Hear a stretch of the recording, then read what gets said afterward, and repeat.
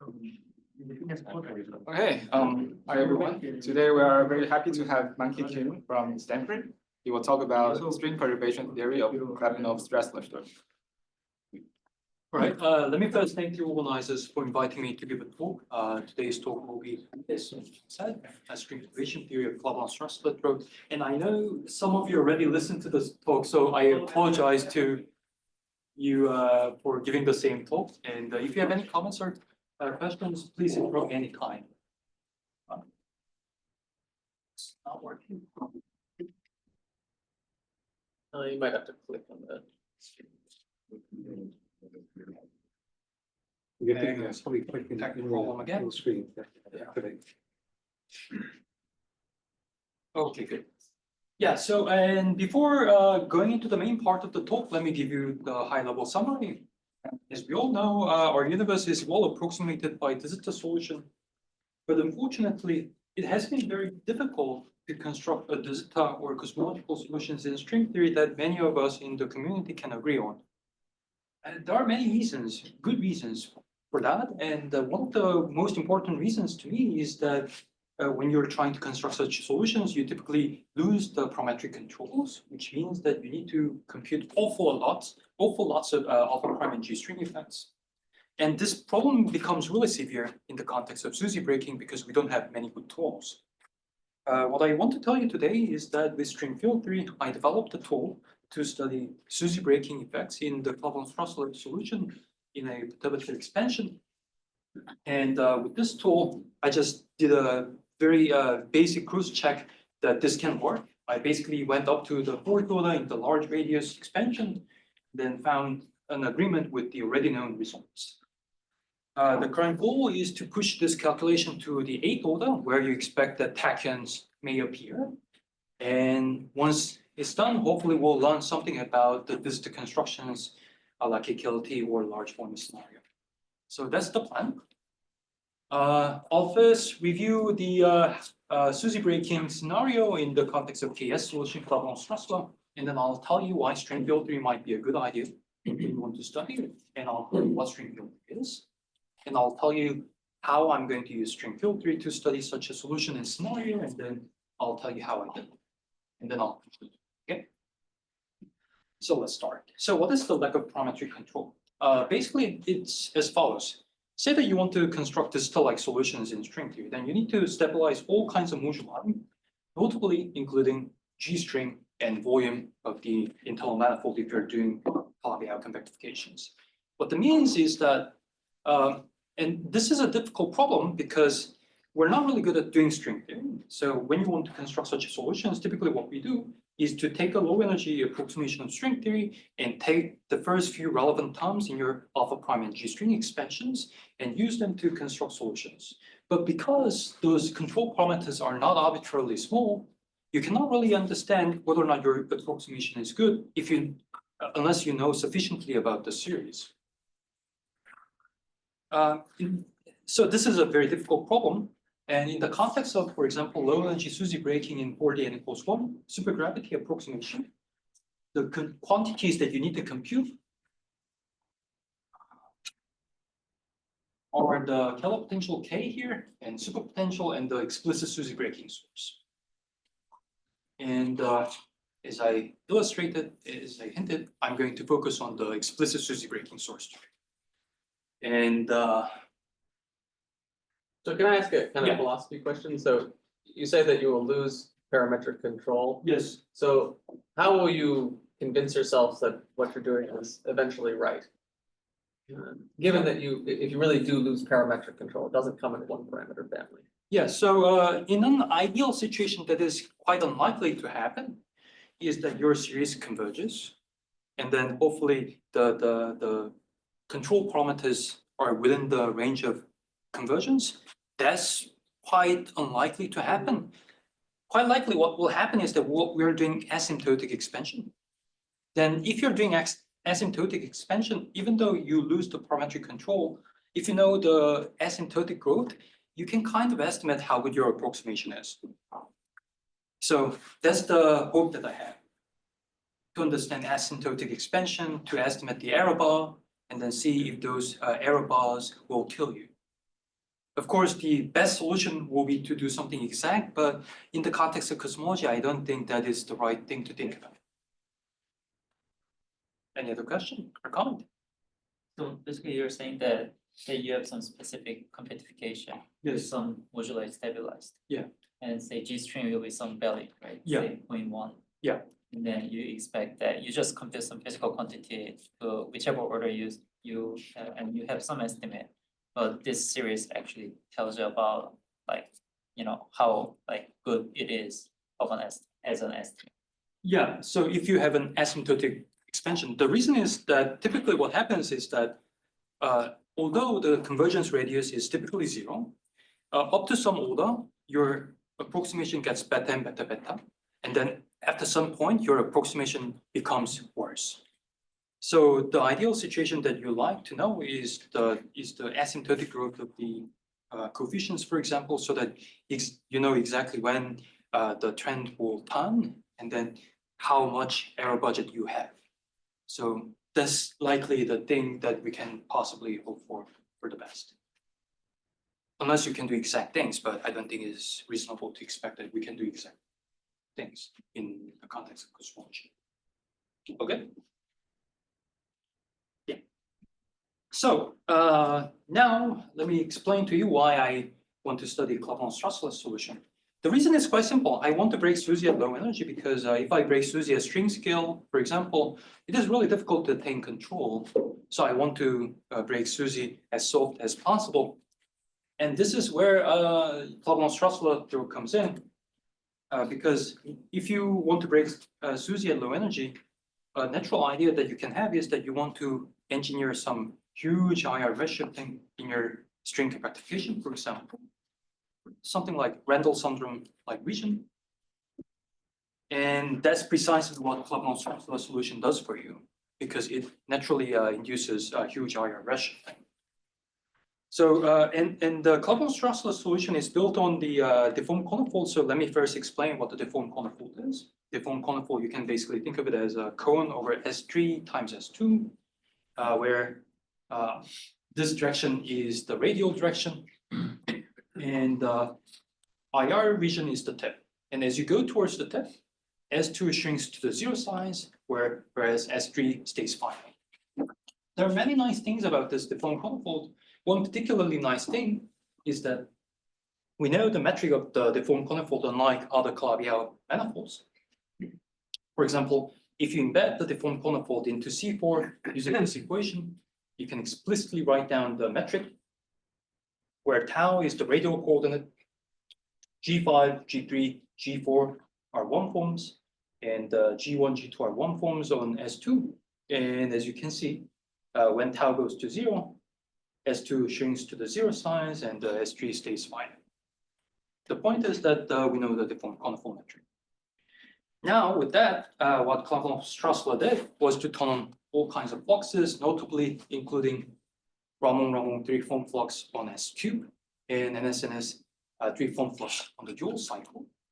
And we'll take M to be very large. M is a very large integer. Then what happens is that you can compute the back reaction. Those fluxes will back react, and then you can solve Einstein's equation to compute the back reaction.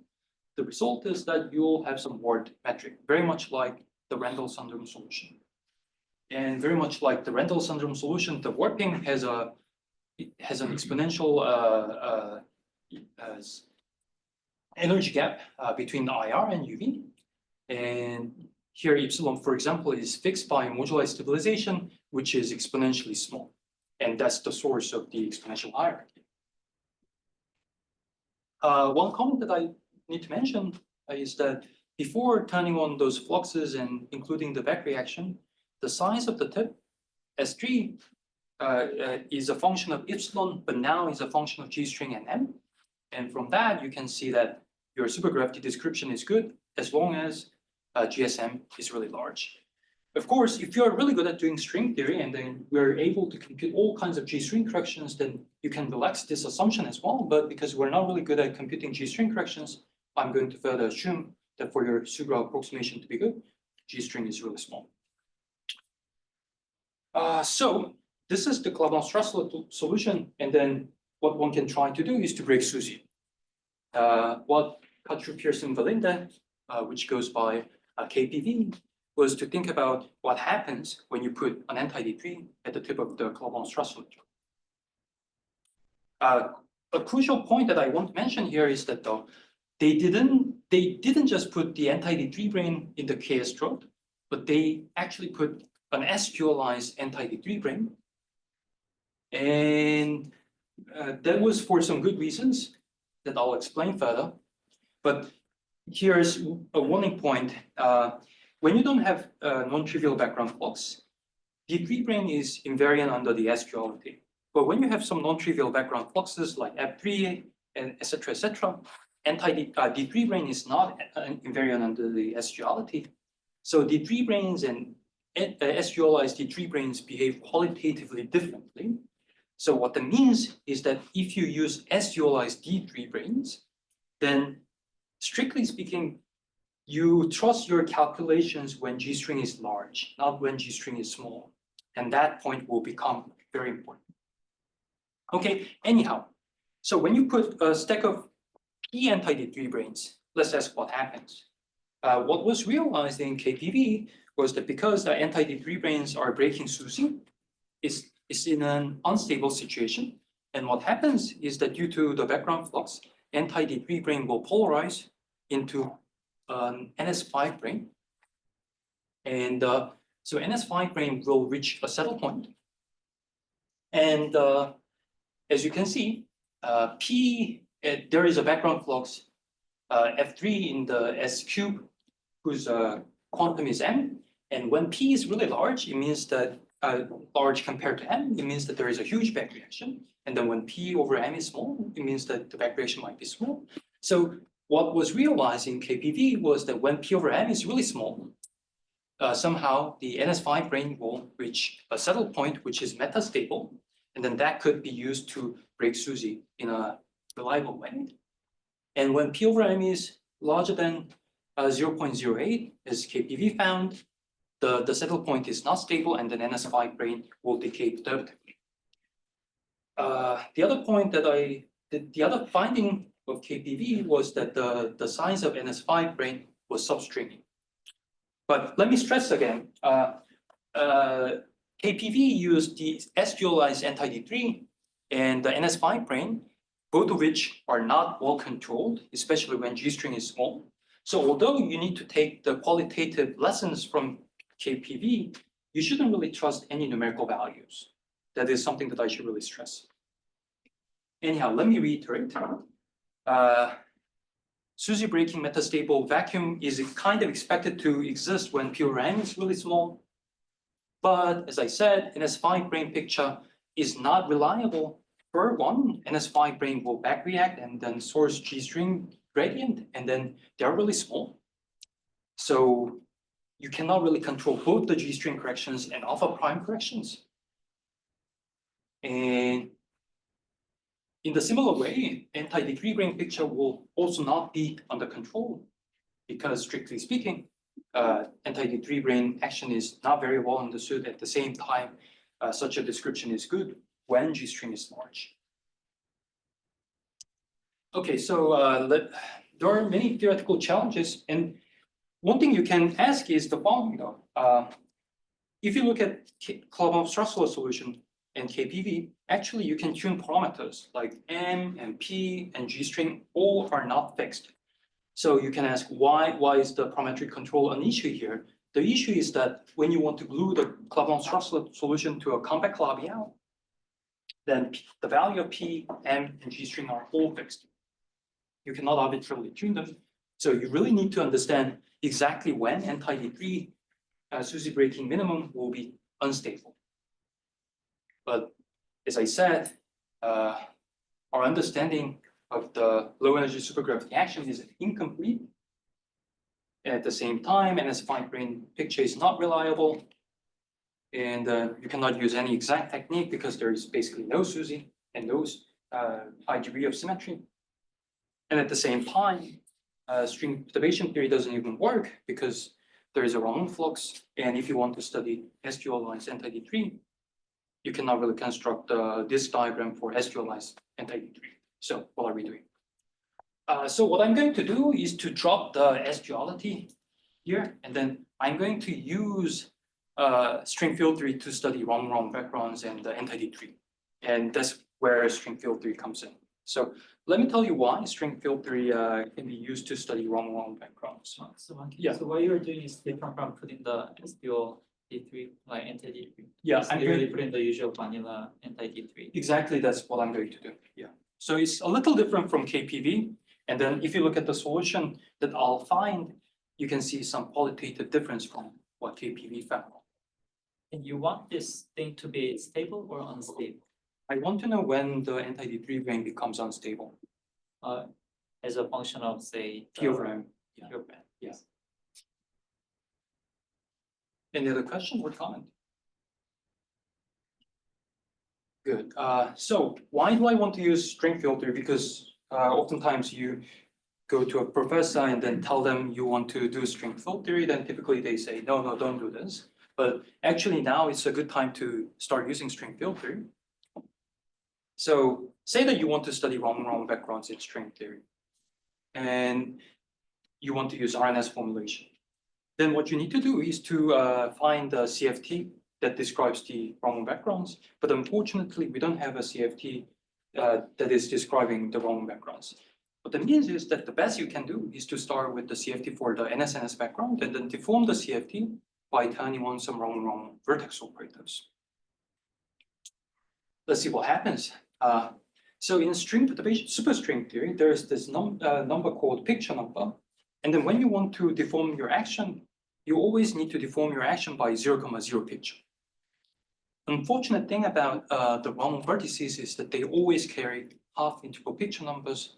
So what that means is that the best you can do, for example, is to just combine two vertices and then turn on some bilocal deformation. But of course, when such an action or such a term exists in the action, we don't really know how to quantize the theory. So we don't know how to do string perturbation theory in wrong backgrounds. Basically, that's it. But this doesn't mean that we cannot really, for example, compute scattering amplitudes involving wrong states. That's something that we learned from Polchinski. So one idea that you can have is that can I use background field methods to study wrong backgrounds, for example, because you can compute scattering amplitudes. And here's one thing you can try.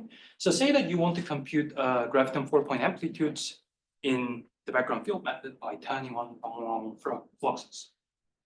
Then, if you assume that wrong fluxes are marginal deformation, basically those diagrams are the only diagrams that you need to consider. Insert 4 gravitons and 2 wrong vertices and 4 wrong vertices, and you can keep going on. The problem is that the wrong fluxes are not exactly marginal. They're why an even number? Oh yeah, so wrong vertices are half integral pictures. And then due to the Gauss number anomaly, tree-level diagrams should always have in total -2 pictures, which means that you need to insert even number of wrong vertices. Good. Any other questions? The H-flux is not, how do you think about the H-flux in this background? H-flux can be, you can just turn on H-flux. The problem with the H-flux is, of course, is that H-flux is quantized. Yeah. How do you, Yeah, conservatively. yeah, that's the question. But it will be clear in a moment that H-flux can also sometimes be treated perturbatively. You somehow expect a combination of Ramon and H together to be somehow perturbative, Yes, right? yes, Even though the H is quantized at the level yes, of yes. There should be some cancellation or something. Then, but if you just turn on purely NSNS flux, then I don't think you can do. Well, you can do some perturbation theory. Yes, super selection sector are you in? So, I mean, yes, H flux is quantized if you're in a super selection that has NS fibrane net charge. So, but are you in a situation where you have a net fibrane charge or is it a dipole charge? Oh, I'm in a situation where NS flux is threaded through some non-trivial homology cycles. And then when that happens, if you want to make sure that your Walsh path interval is well defined, you need to have a unit quantization condition for the NS flux as well, even if you don't have the NS5 ring. It's because say that you have some Walsh rep on some 2 cycle and the other 2 cycle, and that you want them to have the same phase if they're homologous, and that basically gives you the unit quantization condition for NS flux. I guess the next question is how much NS, are you going to be working in a limit with large number of units of NS? Yes, yes. Then the question that you should ask is, how is it possible to treat them perturbatively, right? So I'll explain that later. Well, you would expect the curvature to be 1 over some power of the flux. So if you're working in large flux. Exactly, that is exactly what happens. Very much like the ADS5S5. Yeah, and let me get back. And I didn't tell you, yeah, one thing I didn't tell you is that I'm still thinking about computing on-shell graviton scattering amplitudes. Everything is on-shell. But the problem is that because the Roman fluxes are not exactly marginal, they'll induce some Weil anomaly, and then you need to cancel Weil anomaly by including the back reaction. And when you do that, the definition of the BRST charge changes, and the graviton vertex operator should also get modified. And the problem is that the second line that I'm writing down is now, although we're computing as a whole on-shell amplitudes, in terms of the original string theory data, the second line is phrased as the off-shell amplitude. And famously, we don't really know how to deal with the off-shell amplitudes a la Polchinski. But a good thing about string field theory is that it gives you a way to handle off-shell amplitudes without ambiguity when you're computing on-shell quantities. So this is why string field theory is a good idea, especially in the context of Roman backgrounds. Okay. Then I need to tell you what string field theory is. I'm sure that Min-Jae has told you what string field theory is, but just to set the stage, let me explain to you what is string field theory. String field theory, some people thought of it as a way to formulate non-perturbative string theory, but I'm going to just take it as a organization principle for the off-shell amplitudes in string perturbation theory. As input, you will have to start with the well-defined Walsh CFT. And as output, you can compute path interval for string fields, string excitations, and off-shell or off-shell action for string field. And it's not clear whether or not string field theory is really the right approach to formulate non-perturbative string theory, but I'm going to just use it as an organization principle for string perturbation theory. Okay, and actually that has been quite fruitful. For example, we know that string perturbation theory unfortunately breaks down in most of the interesting cases. For example, if you want to compute graviton amplitudes and the graviton vertex operators undergo renormalization, unfortunately, you cannot use the prescriptions from Polchinski to compute even the graviton amplitudes. And famously, we didn't know how to compute the instanton amplitudes and many other exciting backgrounds. We didn't know how to deal with the RNS formulation. But string field theory provides a systematic prescription for all those cases. So it, in a way, really completes the string perturbation theory. And the highlight of today is that it gives us a tool to study Roman backgrounds. So, what are we going to do? The goal is to compute the off-shell actions of string fields. And actually, I forgot to include one slide, but anyhow, the psi here will denote, in general, string fields. That includes, for example, tachyon states and graviton states and higher spin states, but psi will not satisfy the on-shell condition. So you can just think of psi as some general vertex operators that you can write down that are reasonable without the BRST quantization condition. And what I'm going to do is to construct the action of string fields. The kinetic action you can write down quite easily by noticing the following fact. Say that you are doing free field theory, then the equations of motion or realistic quantization for string fields should come from varying the kinetic action. And that actually gives you the unique choice for the kinetic action, which looks like this. So I'm going to take this as a kinetic action. And then the next thing you should do if you want to construct action for string fields is to construct cubic terms, quartic terms, etc., etc., etc. To construct those, the idea that I'm going to use is the following. In field theory, typically what we do is to start with the action, vary the action around the vacuum, and then using that variation around the vacuum, compute the Feynman rules and compute scattering amplitudes. In string field theory, we're going backwards. We start from the scattering amplitudes, and we're going to reconstruct the action, in particular cubic and quartic terms. So here's what I'm doing. What you can do is to compute 3-point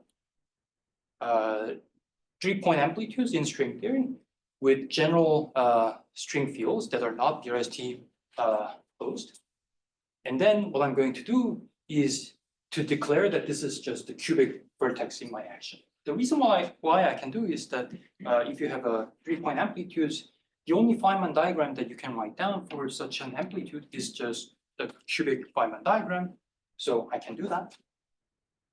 And now what I'm going to also define is that I'm going to delete one of the insertions, and then I'm going to treat this as a state that satisfies some identity like this. That will become handy. And say that we want to compute the 4-point vertex here in the action, then the idea that one should use is the following. Say that you compute 4-point amplitudes.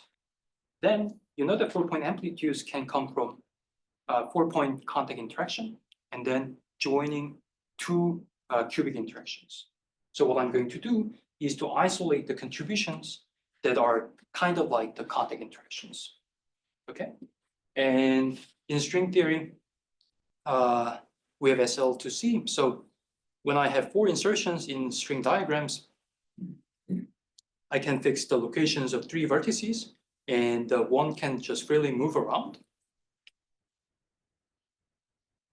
And what happens is that when the vertex that can freely move around is at the generic point, when you undo the conformal gauge fixing in an intuitive way, the string wash basically looks like this. So it kind of looks like the contact interaction term. So this is what I'm going to declare. On the other hand, say that you're bringing one vertex to the other vertex, then your Riemann surface will start to degenerate. And then it kind of looks like you're joining 2 cubic Feynman diagrams with a propagate term. So what I'm going to declare is the following. When the vertex operator is getting too close to other vertex operators, then I'm going to declare that they are coming from joining some cubic Feynman diagrams. What that means is that the amplitudes that you're computing, that by integrating over some moduli space, should, if you exclude the region where your vertex operator gets too close to the other vertex operators, that will give you a quartic contact interaction term, like this.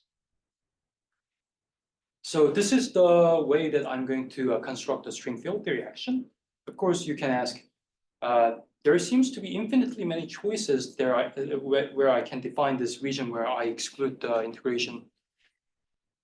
What happens is that all those different choices, if you make them consistent, correspond to different field redefinitions or field bases. So as long as you just care about the on-chalk physics, whatever you choose doesn't really matter as long as you choose them consistently. Okay. And same as before, I'm going to define this square bracket by subtracting 1 insertion. And once you do that, then you can write down basically the string field theory action. And then you can use the string field reaction to write down equations of motion that can be used to find the new background, and then you can also write down the patentable measure of string fields. Just make sure I understand the input. So to define the string field itself, you're using a Walsh TFT? That is correct. So you're starting with the carnival CFT as the. Yes, that will be the idea. So, as I mentioned before, in essence, what string field theory does for you is to take in a well-defined Cauchy CFT and then gives you a consistent set of rules to do off-shell computations, essentially in string perturbation theory. And as you can see, there are infinitely many terms, and in string theory, there are infinitely many excitations. So if you just want to do some generic calculations with string field theory, you'll have a very miserable time. So you need to choose your problem really carefully. For example, you have some perturbative expansion problem. And there was some,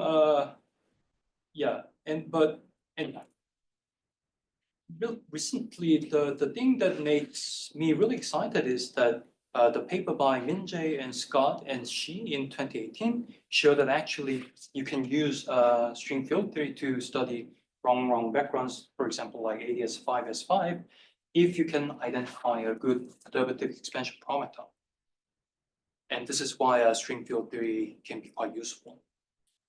So all good about the string field theory and why string field theory is good. Let's talk about how we're going to use string field theory to study SUSY breaking in the Klebanov-Strassler. So the goal is as follows. What I'm going to do is to first start with string field theory for closed strings. And then I'm going to find the background solution in closed string field theory that corresponds to the Klebanov-Strassler solution. And then what you can do is to add in some anti-D rings, and that will force you to consider open closed string field theory. And then now you can find a non-trivial background solution in open closed string field theory that corresponds to a polarized D3. And then what you can do is to compute the spectrum in your open closed string field theory at that vacuum. And if you find the tachyon, then you can declare that, okay, at this point, your metastable SUSY breaking minimum is unstable. What I'll show you today is how you can go up to the fourth order in the potential in the large radius expansion. And that kind of agrees with the analysis of KPV modulo some differences due to the S-duality treatment. And at this order, you don't expect to see any tachyon. The tachyon is expected to arise at 8th order. So this is the current project that is going on. Okay, so as I said, string field theory. Why is the tachyon? Why did it go to such high order to see the tachyon? Can you unpack that a little bit? Yeah, the naive reason is that, so at the leading order, you have just positive.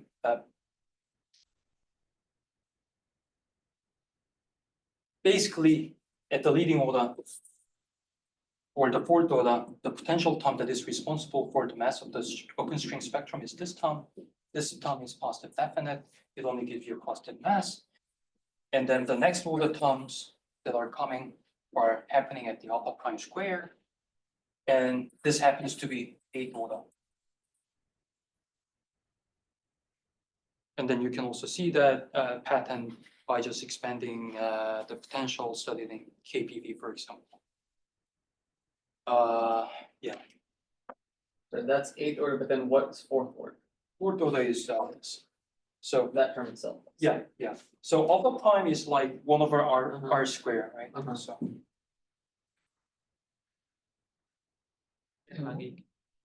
Eighth order.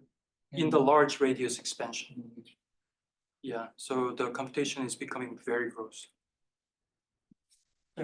So that term in the box Yes. is the leading contribution to the mass, Yeah, leading contribution to the mass. which and- is positive definite. yes. So your subleading corrections are going to be meaningful in terms of stability only if the leading correction is 0. Because otherwise, I would have thought that leading correction is always leading over whichever subleading. Good. And this brings me to the point of the asymptotic expansion and the convergence radius. So there are two things that can happen. One, the convergence radius is, say, r, and then the tachyon happens. So say that this is the convergence radius, and then say that the instability happens at some coefficient times the convergence radius where C is smaller than 1. When that happens, then we can reasonably say, okay, you have detected the tachyon or instability.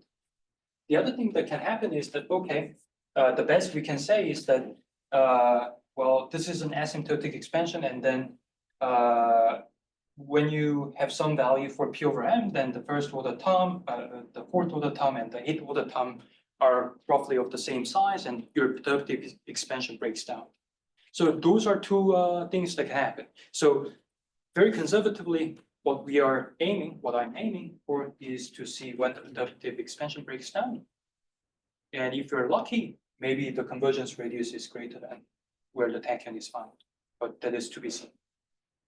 But even in that case, if there's competition between the first and second terms, you would not trust the analysis of just those two terms. Exactly, then you need to go higher. So the most conservative thing that you can say is that, well, around this point in the parameter regime, the perturbative expansion scheme breaks down. So, and that's still a good input, because what will happen in the explicit construction is that P over M is some fixed value. And then this kind of study will tell you until when you can trust the value, your construction, until which value of P over M you can construct your, trust your Dista construction. So what terms is a string field theory analysis going to pick up that wouldn't be visible in low energy effective field theory? Say that alpha prime corrections to the low energy action of NPD3 grains. If you're in a large radius limit, Yes. so those are going to be heavily suppressed. I'm worried that if you're saying, oh, there's some term that's higher order than the alpha prime expansion, and that's going to destabilize things, or it's not important in figuring out, it either is or isn't important in understanding the stability. If it isn't, then I would say, okay, then the low energy field theory was good anyway. If it is, then I'm worried that there is no small parameter that you're expanding it, because you're saying that something that's explicitly stringy is competing with something that's field theoretic. That's a great point. So the large radius expansion that is happening here is 1 over G SM. And then the other parameter that will control the stability of the anti-debris will be P over M. So the large radius expansion will be controlled per se, but what I really want to understand is that there is a new introduction of a new parameter in the presence of the anti-debris, and when can you trust the expansion with the anti-debris, which is controlled by P over M. So P over M is not the large radius parameter. It's kind of like the parameter that controls the back reaction. So the other way of saying is that I want to understand when the back reaction from the anti-debris is too large, so that you should not trust your perturbative expansion anymore in your D-brane effective theory.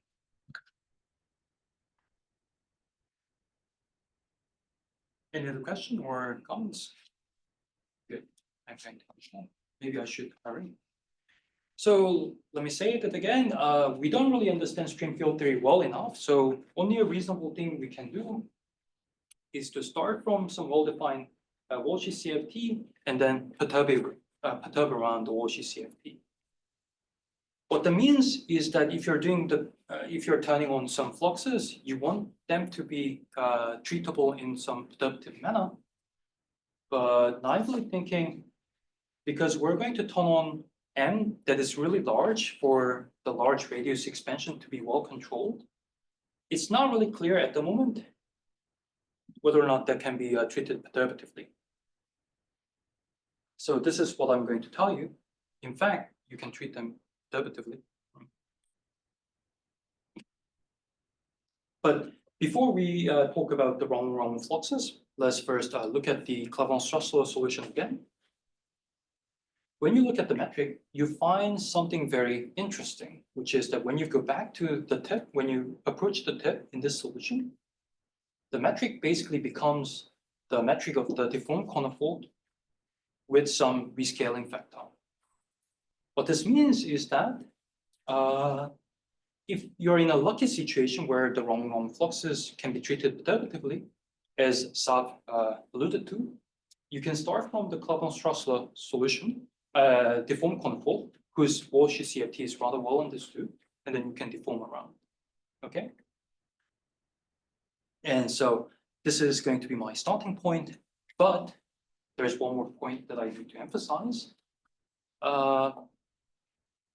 Despite that the Walsh CFT for Calabi-Yau convectifications and deformed conifolds are formally well understood, our understanding is limited, so we don't really know how to do calculations in general. So we need to make some approximations, for example, large radius approximations. But the problem is that if you're just trying to study the deformed conifold at the tip, S2 shrinks to the 0 size where the curvature blows up. And at that point, you cannot really do large radius approximation anymore. So that's why you need to be a little more careful. So what I'm going to do is as follows. I'm going to take a limit where G string M goes to infinity. And then I'm going to approach the tip somewhat slowly, where the ratio between the radius and the rate that I'm approaching the tip is fixed to be some parameter R0. And I'm going to take R0 to be somewhat large. And when you take that limit, you can expand your deformed conifold metric. And at the leading order, it looks like Minkowski. And then there's going to be tons of 1/, radius corrections to your metric. And what this means is that you can, in this approximation or in this limit, you can use the large radius approximation. But one thing I should emphasize is that I'm not exactly at the tip. I'm taking a local coordinate patch that's approaching the tip. So there's going to be some subtlety about how you deal with that. But if you're curious about it, I can tell you more. But in the interest of time, I'm going to skip over that. Okay.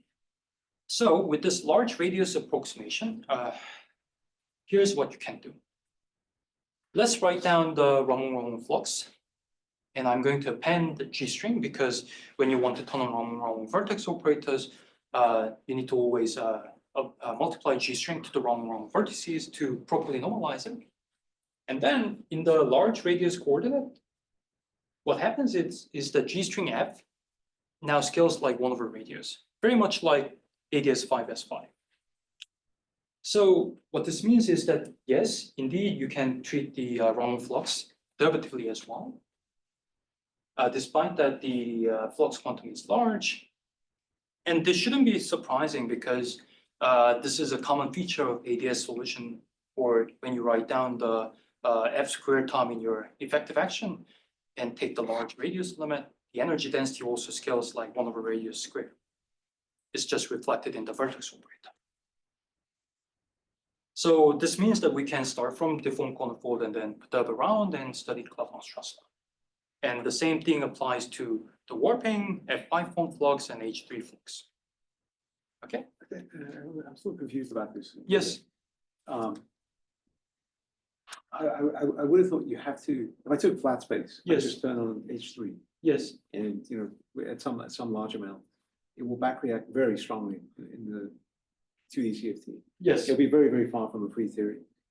And then I would treat the Raman flux as perturbation around that. Not quantized at the level of the Walsh.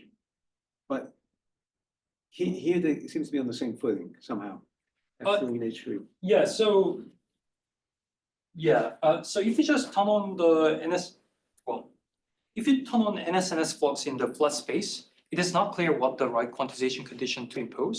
So let's pretend that there is a probe NS5, for example, that can tell you what the right quantization condition is. And let's take a low energy approximation. And let's say that there is a stack of n NS5 brains that's back reacting to the flat space time. And then naively thinking, because NS5 brain, the number of NS5 brain is large, the back reaction should be humongous. So you shouldn't trust your Walsh theory. But in fact, what happens is that the H square, energy density stored in H square, goes like 1/, radius square. So you don't really impose H3 quantization here at the level of the Walsh.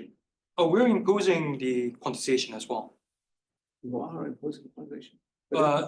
Well, you can impose the quantization condition, but But there is a difference between the quantized flux and the vertex operator. Because the vertex operator, when you construct the vertex operator for NS3 flux, it scales like the square root of energy density of the NS. Yeah, so the energy density will scale down with Yes. the volume, but the CFT changes. Yes, that's the CFT thing that- change. I mean, what you would call the tree level theory should be different. Yes, it should change. I think the analogy I would think of is like in SU2 WCW, Mhm. where you take in an enormous one, Yeah, right? And now you want to perturb around flat space yes, and yes, study going from flat to large, yes, very Yeah. small curvature, right? yes. That's sort of the Exactly, that's the flavor. Okay. Yeah. But that CFT is not the flat CFT, even in the limit of a very large amount of flux. I think, is it? Yeah. I think it Or eventually. maybe it goes over, I- K goes to infinity. Yeah, it's 1/k expansion. So you Yeah. so you want to treat that as the Yeah, perturbation. right, Yeah. and K can be thought of as a radius. And combine that with the flux, long, yeah. Right. I see. Yeah, I think it's like conceptual level is equivalent to asking, if you have the ADS3 pure NSNS worship description, then at large K, you basically can, in a sense, reverse engineer the statement that you get the flat space time. Yes, Yeah. Yeah. I see. but yeah, WZW model is a good thing to think about when you're thinking about the problem like this. I see. So you say with very large amounts of H, you can then treat it in some kind of double expansion Yes, in radius and. I yes, see. yes. Mhm. Yeah. Have you, sorry, okay, I should ask you other questions on the side because you'll run out of time. But I mean, you could also have done other cases. You could, the same question you could apply to anything. So instead of the conifold, you could have done the product of A and E spaces. I think so. Or folds even. I think so. And there's again, a combination you can turn on, but you have a Yes. solvable starting point. I think so. And maybe one can see whether this could work. Yeah, I think those are all interesting cases that one can work on. But yeah. All right, so let's finally use string field theory to study anti-D3 SUSY breaking in the Klebanov-Strassler solution. As I told you, you can treat them perturbatively. So what I'm going to do is to find the non-trivial background solutions. So psi are just string fields, and then when I append 0 as a subscript, that means I'm studying a background solution. And I'm going to basically expand those background solutions perturbatively in the large radius expansion, and then I'm going to solve those perturbatively. And what the background solution is in the usual string perturbation theory is just the background fields and the marginal deformations, etc., etc. So you can just think of those as some marginal deformations and the back reactions that you need to include in string perturbation theory. And as I mentioned as a response to one of Emil's questions, there is one extra parameter that controls the back reaction from the anti-D3. I'm going to, for now, treat that as a very small parameter so that I can do some perturbative calculations. But eventually, the goal is to understand when this perturbative expansion in lambda breaks down. Okay. And as I said, once you found the background solution, you can quantize the spectrum and see if you have a tachyon. So let's first start with the closed string. Here's the equations of motion that you can write down perturbatively for the closed string background solutions. The first one is rather trivial. It just means that the first order background solution that you need to turn on is marginal, as usual. And then when you go to the second order, then the equations of motion becomes a little more non-trivial. And this contains, for example, infinitely many fields, because string fields have infinitely many components. So we need to solve this. So let's see how we can solve it. What I'm going to do is to use the trick used by Sen, perhaps. And I'm going to split the equations of motion into the massive part and the massless part. And the nice thing that happens to the massive part that actually includes infinitely many fields is that you can basically invert the equations of motion because the BRST charge that you write down is invertible for massive fields. Then you can basically solve the equations of motion for infinitely many times trivially. So what is really non-trivial is the massless part, because now you cannot really invert the BRST operator. But you can compute them, and the structure that you find is quite analogous to the low energy supergravity as it should. Basically, you have the Einstein equations. and there is an equations of motion for F flux. So you can solve it. And I did. And let me make a few comments because the point of the talk is not about closed string theory. I'm gonna just quickly go over. The background solutions, as they should, preserve 4 supercharges as expected from KPV, Klebanov-Strassler. And that determines what is D-brane and what is not. And to study the large, the fourth order potential term in the closed open string field theory, in principle, you should also know what the third order solution to the closed string field theory equations. I'm going to just assume that exists. I mean the solution exists because the supergravity solution exists to the alpha prime square, and we know what the form is, and that is just enough. So now I'm going to proceed to the open string case. As I said, I'm going to put a stack of P vanilla anti-D3 branes at the tip of the throat. And then, this is a typo. And then what I'm going to find is the solution that corresponds to the 5 brane, not NS5 brane. NS5 brane is the S-dual version. So what I'm going to do is to turn on some generic small background at the first order in the open string field.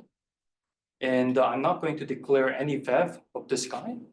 And then I'm going to go to higher orders in the large radius approximation to see when I can find the solution, for which VAV of Fi I can find the solution. Okay. Sorry, this is along the transverse direction. Yeah, transverse direction to the D3. I see. So finding profile for this means that you are seeing how it's shaped. Yeah, how the D3 brane is moving. But because it's a non-abelian stack, it really describes some fuzzy D5. Right. I see. Yeah. So let's start with the first order equations of motion. And as I told you in the closed string field theory, even in the open string field theory, you can invert the BRST operator for massive fields. So you can only look at the massless part of the equations of motion to see what is going on. So let me just write down the massless part for the first order equations of motion. So basically, this is the disk diagram, and I'm including one background solution, the first order background solution insertion, and this is the equations of motion.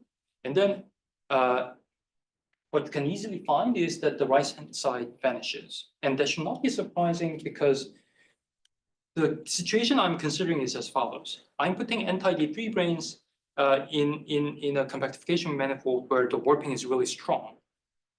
And the background, closed string background preserves the SUSY for D3. What that means is that anti-D3 brane will be attracted to the tip. And therefore, whenever you have one closed string whenever you have some one string field theory, one open string insertion, it computes the force, and that force should be minimized when the anti-D3 brane is placed at the tip. So what will happen is that although the diagram that you're evaluating here is not exactly 0 because we're taking the double scaling limit that I told you a while ago, when the anti-D3 brane reaches the tip, this will vanish. So I'm going to just discard this. And then what that means is that this open string field profile at the first order can be just a constant, and then it automatically solves the equations of motion. I mean, this profile. So we can basically proceed to the second order. And this is your second order equations of motion. There are many terms, but as you can see, those terms are again the force terms, and they ought to vanish, and they do. You can check. And these terms also do vanish. The reason why this term vanishes is easy to see. If you expand your D-brane effective field theory in open string field expansion, you only have quartic, for example. You don't have any cubic interaction terms for your open string fields. So this is easily understandable. And this term also vanishes. The reason is the same. When you expand your D-brane action, you don't see the quadratic term. So it happens so that even at the second order, all the terms in the source terms vanish in your equations of motion. So you can just turn on trivial profile for your second order equations of motion. Then now the third order equation looks like this. So what happens is that this term is again responsible for the force at the third order. This term is also responsible for the force, this term as well. So they do vanish. And there is no quadratic term in your E-brain action, so they do also vanish. So only they survive. And this is the term that you should write down eventually. And if you want to declare that your background solution exists, then the right-hand side should be BRST exact. And it happens to be the case that the only way that the right-hand side can be BRST exact is that the entire term vanishes.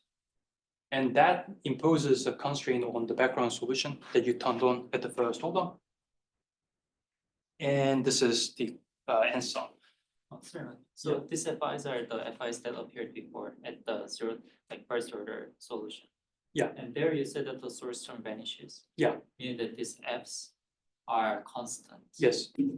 And here you're basically saying what are the constraints on those constant matrices. Yeah. So and then so what it says is that at the third order in the equations of motion, not every VEV can solve the equations, only those that satisfy this constraint. And this actually agrees with the KPV, but in KPV you have wrong three-form flux instead of NS three-form flux here. So the qualitative picture is a little different. In KPV, what I told you is that you have S dualized anti-D3 that polarize to S2 in S cube at the tip. But if you use the vanilla anti-D3 will still polarize, but the S2 that is read by the polarized anti-D3 will be orthogonal to the S cube.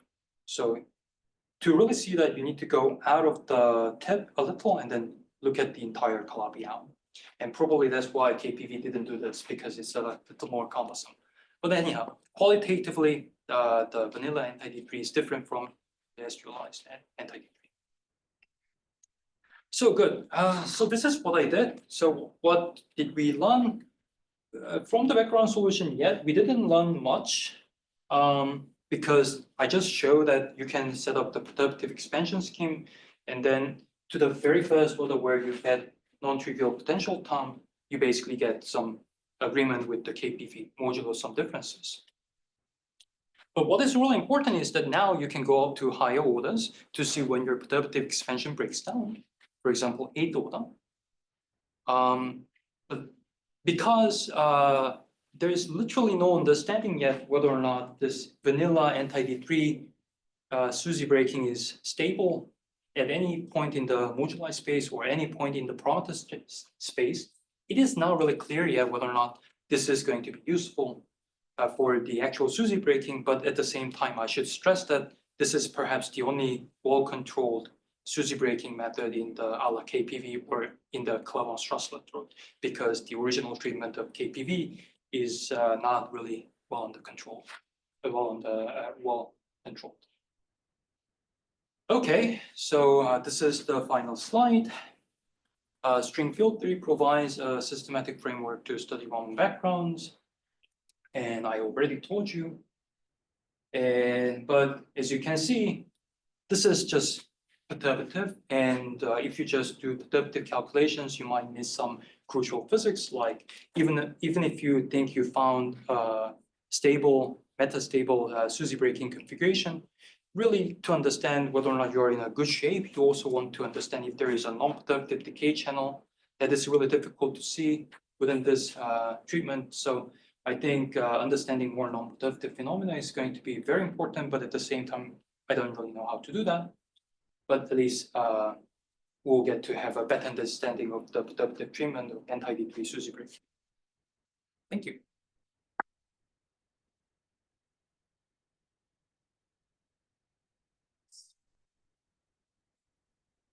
Yes.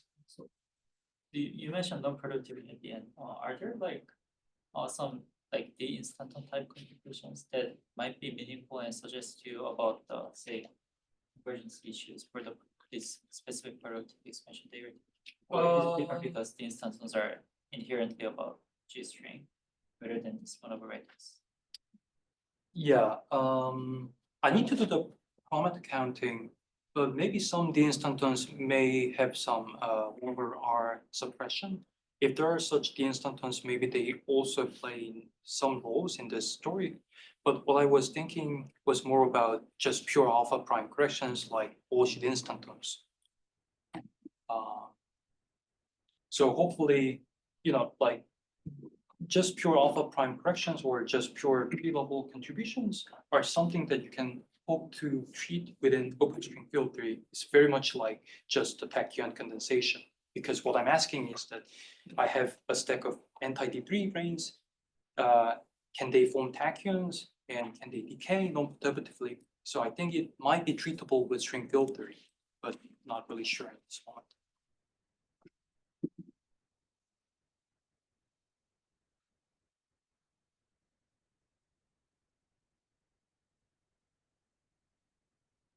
More questions, but I'm gonna ask them later. Okay. Uh, No more questions, let's take my again.